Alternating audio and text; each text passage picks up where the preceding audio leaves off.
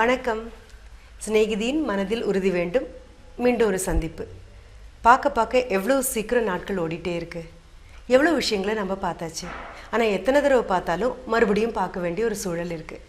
18லேருந்து 25 வயசு வரைக்கும் நம்ம வந்த வாழ்க்கையை வாழ்ந்த வாழ்க்கையை பூரவே 35 வரையும் போது தான் நமக்கு புரியும். ஓஹோ, இவ்வளோ நம்ம மாறி இருக்கோமா அப்படின்னு. 35லேருந்து 45 தொடும்பொழுது முன்னத்தியில் ஒரு 2-3 நிறைய வரும்பொழுது, முகத்தில் 4-5 சுருக்கம் வரும்பொழுது, பார்க்க நம்ம குழந்தைகள் வளர்ந்து நம்ம தோளை தாண்டும் பொழுது மீண்டும் ஆச்சரியம் தோணும். எப்படி 18 வயசுல இருந்த நாம் 45க்குள்ளே இவ்வளோ மாறினோம் அப்படின்னு. 55 தொடும்பொழுது எல்லாரும் சாயக்கூடிய தோளாக நம்ம மாறியிருப்போம்.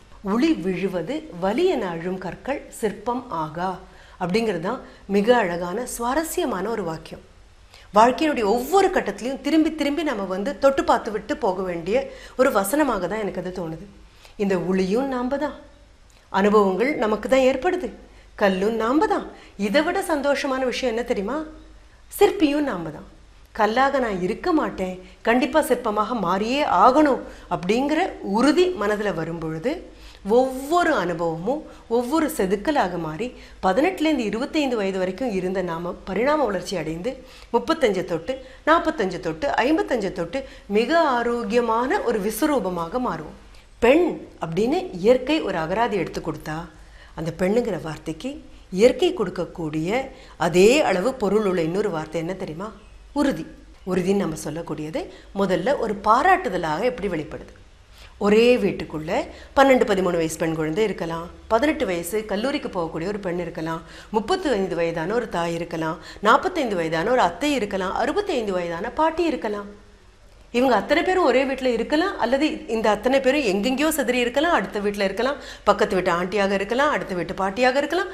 ஆனால் பெண்கள் இருக்கக்கூடிய எந்த வயது இருக்கக்கூடிய பெண்கள் இருக்கக்கூடிய இடமாக இருந்தாலும் இந்த உறுதி பாராட்டு அப்படிங்கிற விஷயமாக எப்படி வெளிப்படுதுன்னு பார்க்க போகிறோம்.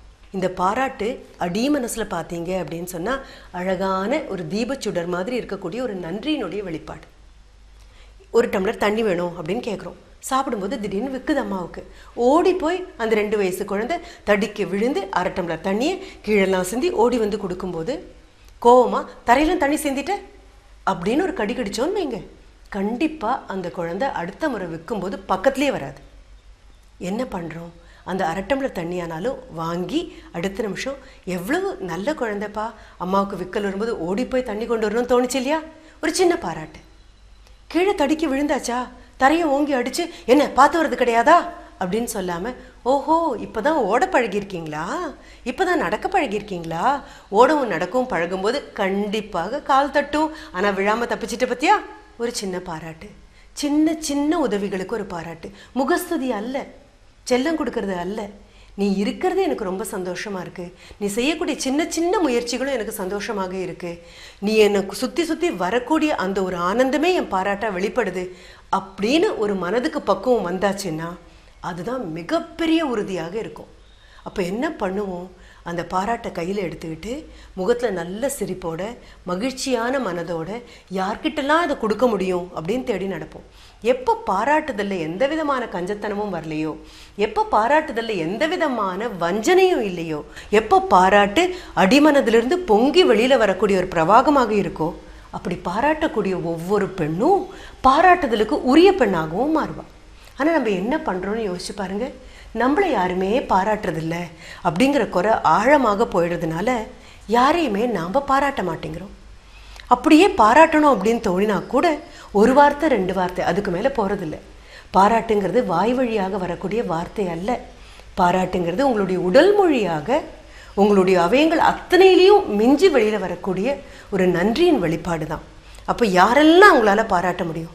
காலையில் எழுந்த உடனே உங்களுக்காக உதவக்கூடிய ஒவ்வொருத்தரும், பால் பாக்கெட் கொண்டு வந்து போடக்கூடிய பால்காரனிலிருந்து ஆரம்பித்து சரியான நேரத்தை கொண்டு வந்த அந்த பால்காரனாக இருக்கலாம், செய்தித்தாளை கொண்டு வந்து கொடுத்துட்டு போன நபராக இருக்கலாம், வீட்டுக்கு வந்துட்டு போகக்கூடிய தபால்காரராக இருக்கலாம், சரியான நேரத்துக்கு உங்கள் வீட்டுக்கு வேலைக்கு வந்த அந்த பெண்மணியாக இருக்கலாம், உங்களுடைய ஒரு கஷ்டம் அப்படின்னு சொல்லி நீங்கள் திரும்பும் பொழுது உதவிக்காக ஓடி வந்து நிற்கக்கூடிய மகனாக இருக்கலாம், சகோதரனாக இருக்கலாம், கணவராக இருக்கலாம். அன்பான ஒரு பார்வை, மிக அமைதியான ஒரு புன்சிரிப்பு, இதை விட ஒரு நல்ல பாராட்டு வேறு எதுவுமே இல்லை. நம்ம போகிற அவசரம் எப்படி இருக்குது தெரியுமா? யாரை பார்த்தும் புன்னகைக்க நமக்கு நேரம் இல்லை, யாரை பார்த்தும் நன்றி சொல்ல நேரம் இல்லை, யாரை பார்த்தும் பாராட்ட நமக்கு நேரம் இல்லை. செய்த தவறுக்கு ஐயோ மன்னிச்சிடுங்க நான் நிஜமாவே வேணும்னு செய்யலை அப்படின்னு வருத்தப்பட நமக்கு நேரம் இல்லை. அவ்வளவு அவசரமாக போய் எதையோ முடிக்கிற மாதிரி ஒரு ஏமாத்து வேலையை பண்ணிகிட்ருக்கோம். வேலைகள் இருக்கிறதா, அலுவலகங்கள் இருக்கிறதா, ஓட்டம்தான், பரபரப்பு தான். ஆனாலும் 24 மணி நேரத்தில் பாராட்டக்கூட நேரம் இல்லாமல் ஓடுற மாதிரி ஒரு கற்பனைக்குள்ளே நம்ம போயிட்டோம் அப்படின்னா பாராட்ட கேட்கறதுக்கு நமக்கு எந்த விதமான தகுதியும் இல்லை.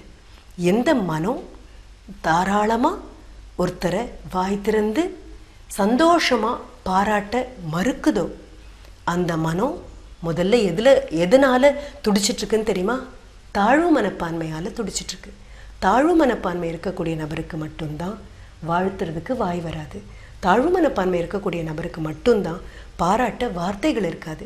எந்த மனதில் உறுதி இருக்கோ, எந்த மனதில் நம்பிக்கை இருக்கோ, எந்த மனதில் சந்தோஷம் இருக்கோ, எந்த மனதில் இந்த தினம் அழகான தினமாக ஆண்டவன் எனக்கு கொடுத்துருக்கான், இதை முழுமையாக நான் பயன்படுத்தணும் அப்படிங்கிற ஆவேசம் இருக்கோ, அந்த மனம் கண்டிப்பாக பாராட்டுதலுக்காக எப்பொழுதுமே தயார் நிலையில் இருக்கும். நீங்கள் தயார் நிலையில் இருக்கீங்க அப்படிங்கிற நம்பிக்கையில் அடுத்த வாரம் மறுபடியும் சந்திக்கலாம். வணக்கம்.